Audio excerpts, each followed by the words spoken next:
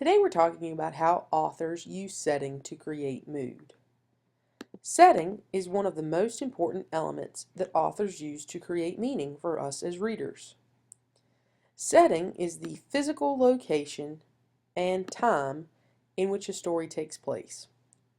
To identify a setting, we must note the details the author provides concerning the story's location,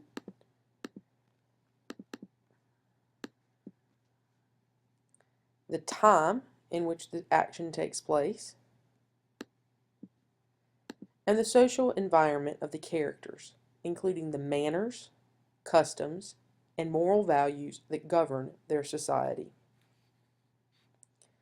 Setting is much more than just the where or the when.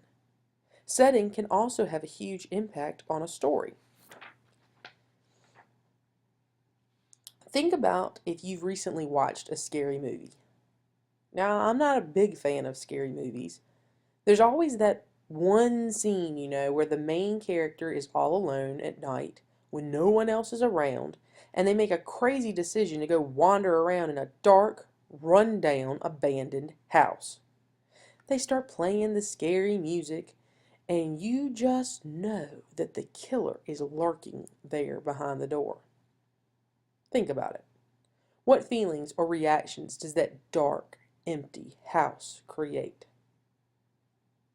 That's right. I begin to feel tense or nervous. I know that something bad will happen. So while we often associate setting with where and when, there's also an emotional effect of setting because setting can create a mood or an atmosphere. A story's mood is the feeling that a text conveys to readers.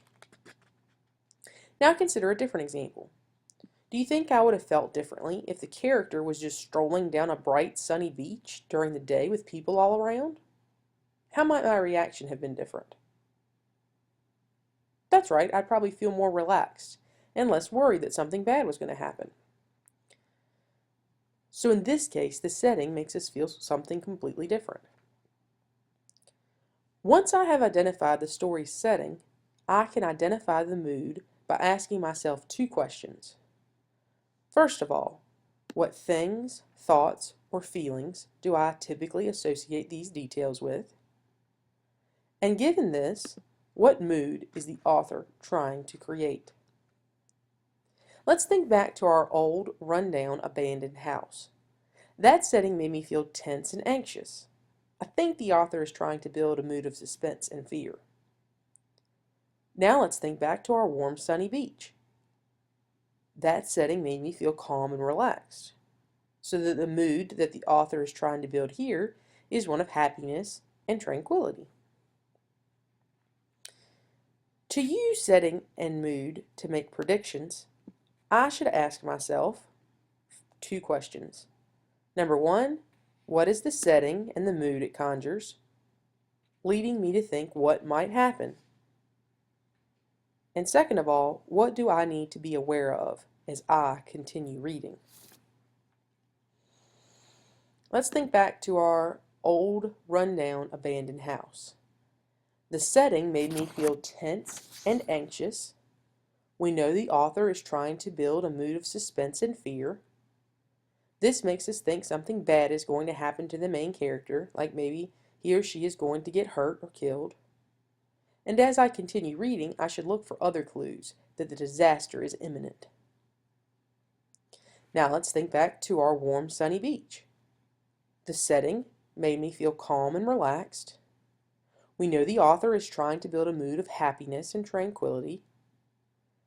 And what does this make me think might happen?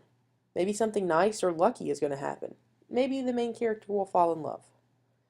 And what things should I be looking for as I continue to read? More clues that things are going well for our main character. Great work. If you have any questions about setting and mood, please write them down or email me and ask in class. We really want to make sure that you can use setting and mood to better understand our stories for the next few days.